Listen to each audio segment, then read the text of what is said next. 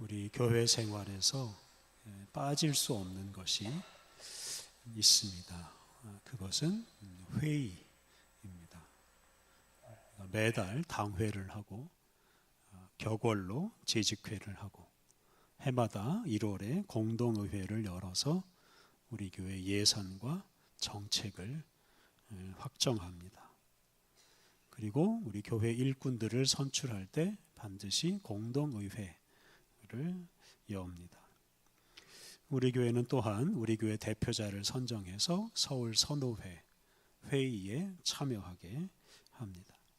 그리고 우리 서울 선호회는 대한예수교 장로회 총회에 대표자를 보내서 총회 회의에 참여하게 합니다. 우리 교단 대한예수교 장로회는 1년에 한 번 9월에 정기 총회를 열어서 교단의 중요한 결정들을 내립니다. 그런 결정이 우리 교단의 운명을 좌지우지할 때도 있습니다.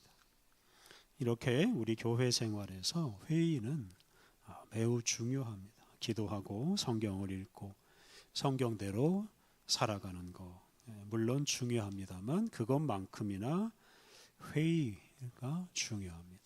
우리가 회의에 참여해서 좋은 의견을 개진하고 또 좋은 결정을 내려야 우리 교회, 또 한국교회, 세계교회가 더 좋은 교회가 될 수 있습니다. 반면에 회의가 없는 교회, 어떤 특정인이 좌지우지하는 교회는 결코 좋은 교회가 될 수가 없습니다. 그런 교회는 사실 교회가 아니고 이단이라고 해도 과언이 아닙니다. 교회 역사를 돌아보면 교회가 처음 생길 때부터 이 회의가 있었습니다. 우리가 앞서 묵상한 대로 예루살렘 교회가 새로운 지도자 7명을 선출할 때 12사도가 7명을 임명하지 않았습니다. 성도들에게 직접 선출하도록 했습니다. 그렇다면 성도들이 7사람을 어떻게 뽑았겠습니까? 회의를 열어서 어떻게 선출할지를 의논하고 그 선출 방법대로 7사람을 뽑았습니다.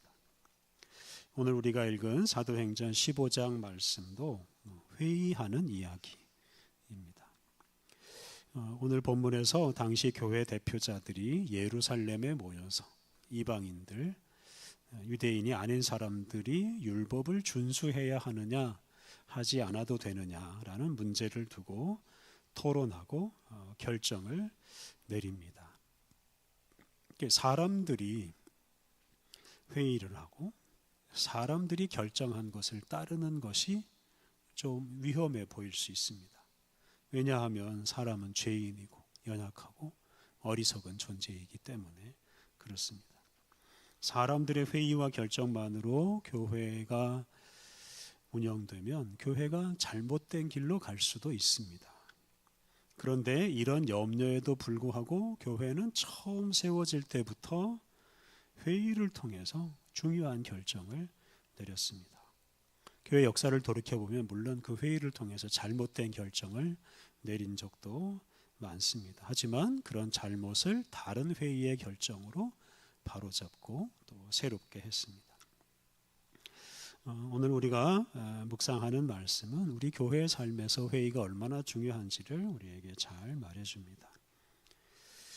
오늘은 새한글 성경으로 사도행전 읽기 4번째 시간입니다. 이미 말씀드린 대로 예루살렘 교회는 이제 시작할 때부터 국제적인 교회였습니다. 오순절을 맞아 세계 각지에서 모여온 사람들이 복음을 듣고 회개함으로 교회가 세워졌기 때문입니다. 특히 당시 국제 공용어인 그리스어, 헬라어를 사용하는 그리스도인들을 교회의 새로운 지도자로 선출함으로써 그들을 통해서 복음이 더 널리 세계적으로 전파되고 전 세계의 교회가 세워져서 이런 국제적인 교회 공동체가 세워졌습니다. 그런데 이렇게 국제적인 교회 공동체가 세워지는 과정에서 그걸 방해하는 여러 가지 요소들이 있었습니다. 그런데 교회가 그런 방해하는 요소들을 하나하나 치우는데 그 중에 하나가 바로 이 율법주의 또는 유대주의입니다. 오늘 봉독한 사도행전 15장에서 교회의 대표들이 모여서 회의를 하고 교회는 율법을 준수하는 유대교하고는 완전히 다르다, 이런 선언을 합니다. 그래서 유대교하고 완전히 결별하고 대신에 온 세계 다른 민족들을 품는 교회가 됩니다. 사도행전 15장은 예루살렘에서 교회의 대표들이 모여서 아주 중대한 결정을 하는 이야기인데요. 그 결정은 바로 이방인, 유대인이 아닌 사람들에게 율법의 짐을 지우지 않기로 하는 결정입니다. 이 결정이 바로 복음이 온 세계로 전파되는데 큰 기여를 하게 됩니다. 오늘 본문 1절부터 3절까지 말씀은 예루살렘에서 교회의 대표들이 모여서 회의를 하게 된 그 배경, 이유를 설명합니다. 우리가 지난주에 안티오키아, 이 안디옥에 이방인 중심의 교회가 세워지고 그 교회가 바울과 바르나바를 세계 선교사로 임명하고 파송한 이야기를 묵상했습니다. 당시에 바울과 바르나바뿐만 아니라 많은 전도자들이 이제 전 세계에 다니면서 복음을 전했고 그 결과 유대인이 아닌 다른 민족들 중에서 예수님을 믿는 사람들이 많아졌습니다. 그런데 당시 이제 유대인 그리스도인들이 이방인 그리스도인들의 생활을 보면서 불만을 제기합니다. 오늘 본문 1절 말씀을 보면 유대인 그리스도인들이 안티오키아, 안디옥에 와서 이 안티오키아 사람들의 신앙생활을 보고서 이제 문제 제기를 합니다. 우리 1절 말씀을 새 한글 성경으로 함께 읽어보겠습니다. 우리 1절 말씀 다시 읽겠습니다. 어떤 사람들이 유대아에서 내려와 형제 자매들에게 이렇게 가르치고 있었다. 모세의 관례에 따라 할례를 받지 않으면 여러분은 구원받을 수 없습니다. 유대아로부터 내려온 어떤 사람들, 이 사람들은 이제 유대인 그리스도인들입니다. 이 사람들은 예수님을 믿은 이후에도 계속해서 안식일을 지키고 할례도 받는 사람들입니다. 그러니까 구약 율법을 잘 지키는 사람들입니다. 이런 사람들의 눈에 이방인들의 신앙생활은 못마땅해 보였습니다. 이방인들은 할례도 안 받고 안식일도 지키질 않았기 때문에 그렇습니다. 그래서 유대인 그리스도인들은 이 안티오키아 교회 성도들에게 할례를 받지 않으면 구원받을 수 없다, 아주 이렇게 단정적으로 말했습니다. 안티오키아 성도들은 깜짝 놀랍니다. 유대인 그리스도인들의 주장을 받아들이질 않습니다. 그래서 이제 논쟁이 벌어지는데요. 우리 2절 말씀이 바로 그런 논쟁입니다. 2절 말씀 우리 같이 읽겠습니다. 그러자 적지 않은 의견 대립과 논쟁이 바울과 바르나바와 그들 사이에 벌어졌다. 그래서 형제 자매들은 이 문제에 대해 이렇게 결정했다.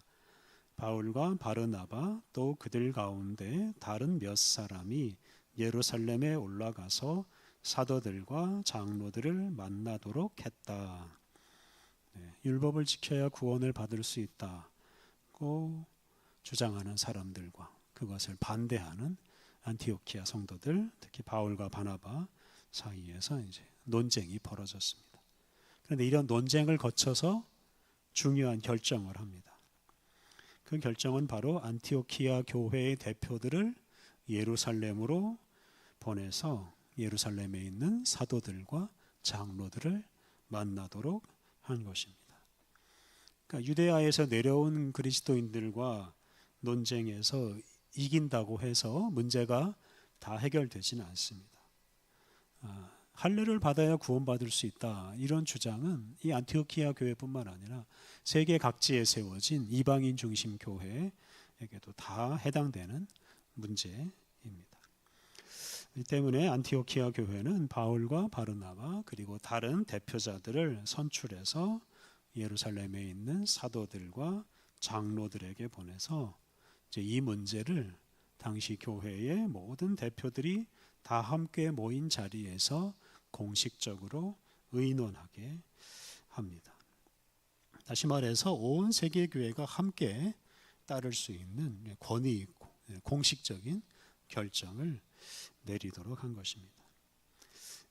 이런 결정, 안티오키아 교회의 결정을 따라서 이제 파송받은 대표들이 예루살렘으로 올라갑니다. 그래서 3절 이하 말씀을 보면 안티오키아 교회 대표들이 예루살렘으로 올라가서 사람들을 만나서 이런저런 논쟁을 벌입니다.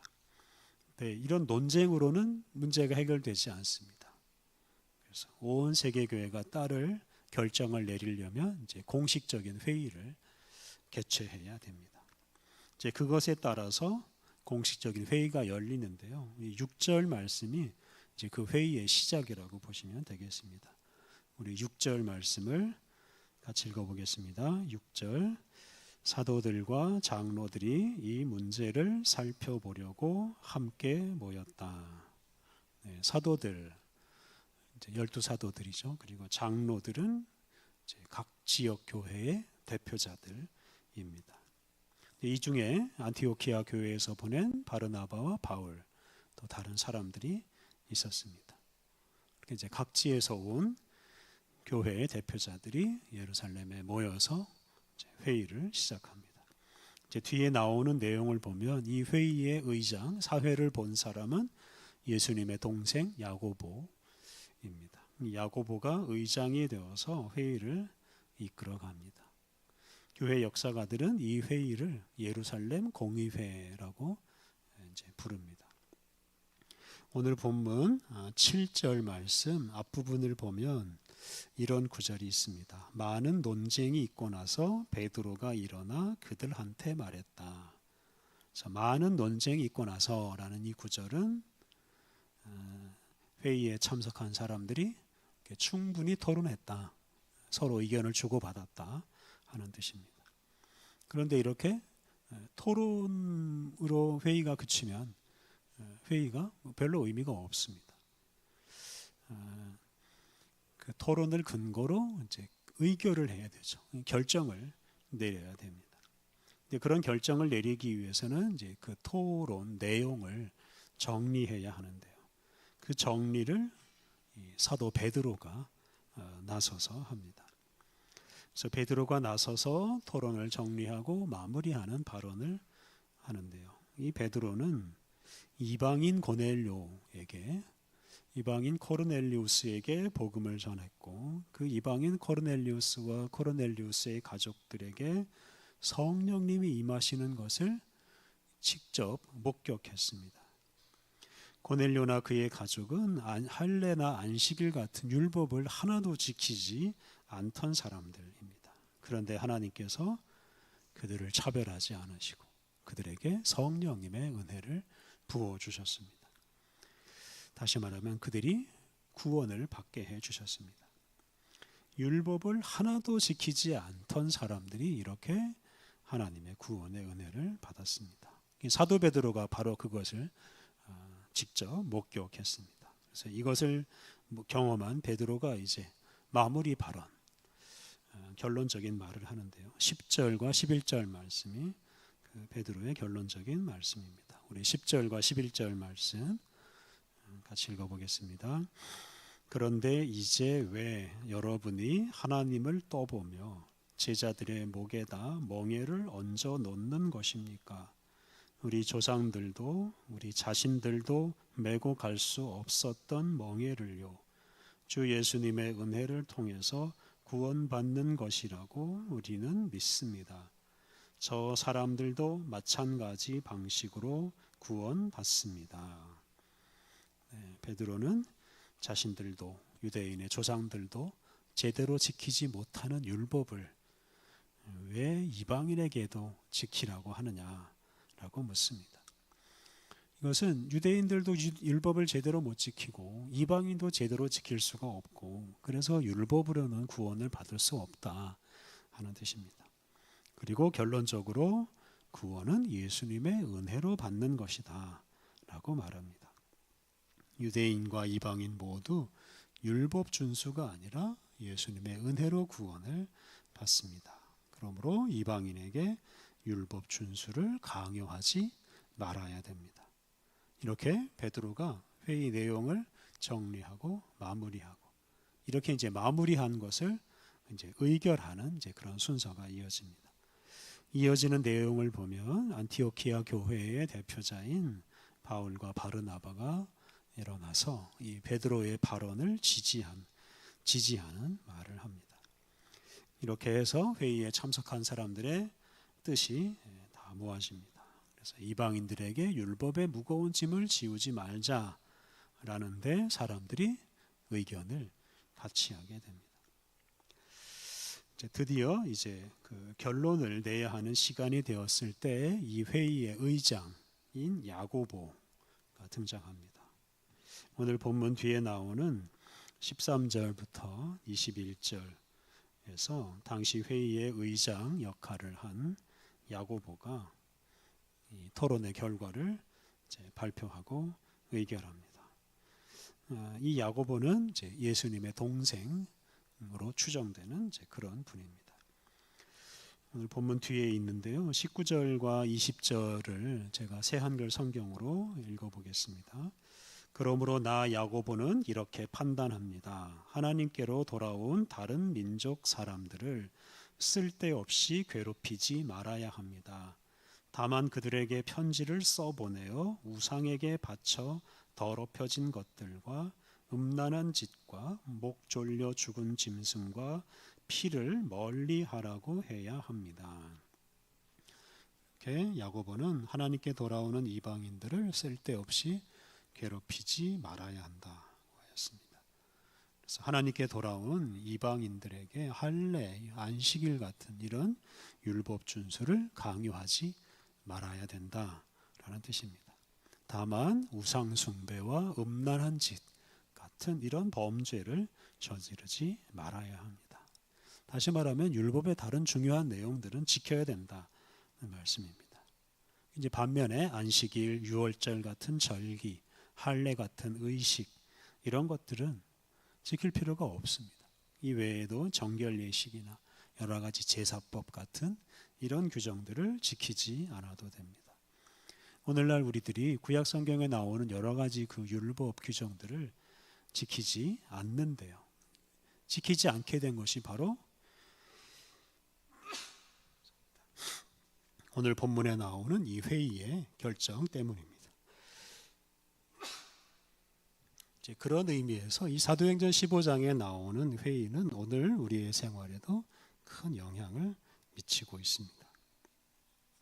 이렇게 당시 교회 지도자들은 이방인들이 하나님께로 돌아오는 것이 하나님의 뜻이라는데 마음을 모으고 이방인들이 하나님께 돌아오는데 걸림돌이 되는 것들을 다 없애버렸습니다.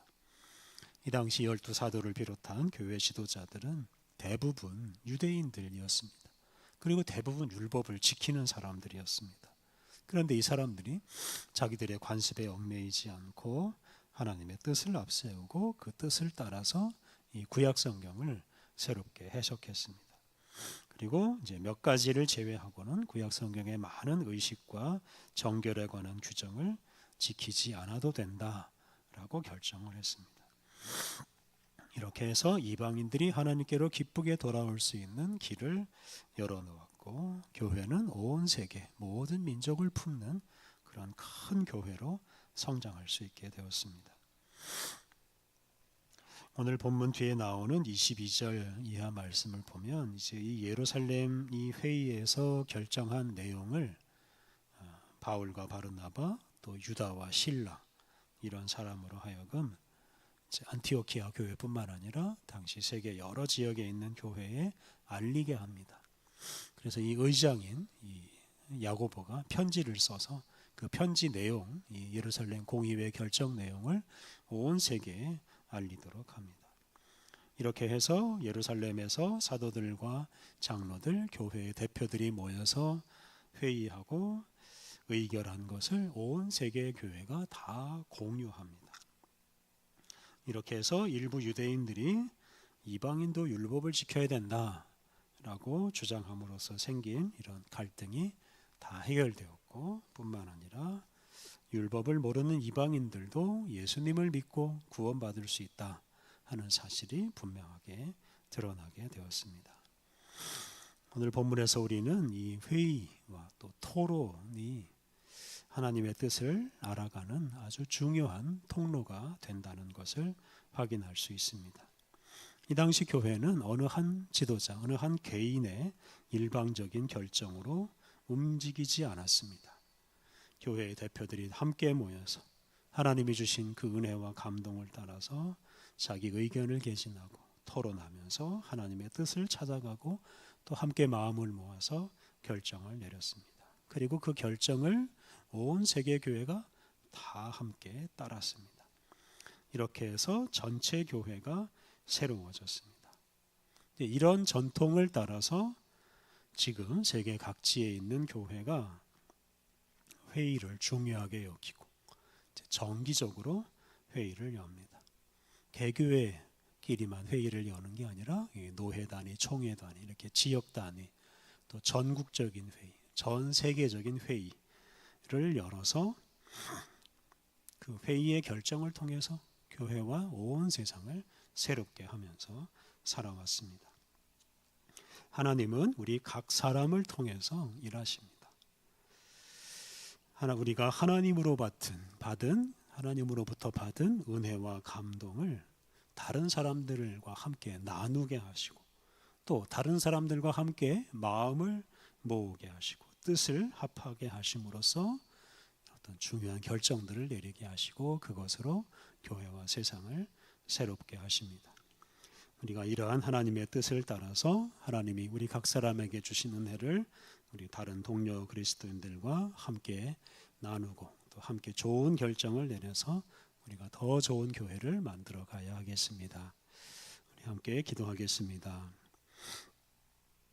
하나님 우리에게 은혜를 베풀어 주시고 은혜 받은 사람들을 통해 주님의 교회를 새롭게 만들어 가시니 감사합니다. 하나님 주님께서 우리에게 주신 은혜와 감동을 소중하게 여기고 서로 나누고 마음을 모으게 하옵소서. 교회와 노회와 총회와 또 온 세계 교회의 회의를 소중하게 여기고 그 회의를 통해 일하시는 주님께 순종하게 하옵소서. 온 세상 만민이 주님께 돌아오길 원하시는 하나님, 우리가 주님의 뜻을 마음에 품고 복음 전도의 문을 막는 모든 장애물들을 없애는 일에 우리의 마음을 모으게 하옵소서. 온 성도들이 마음을 합하여 온 세상을 품는 큰 교회를 만들어 가게 하옵소서. 예수님의 이름으로 기도드립니다. 아멘.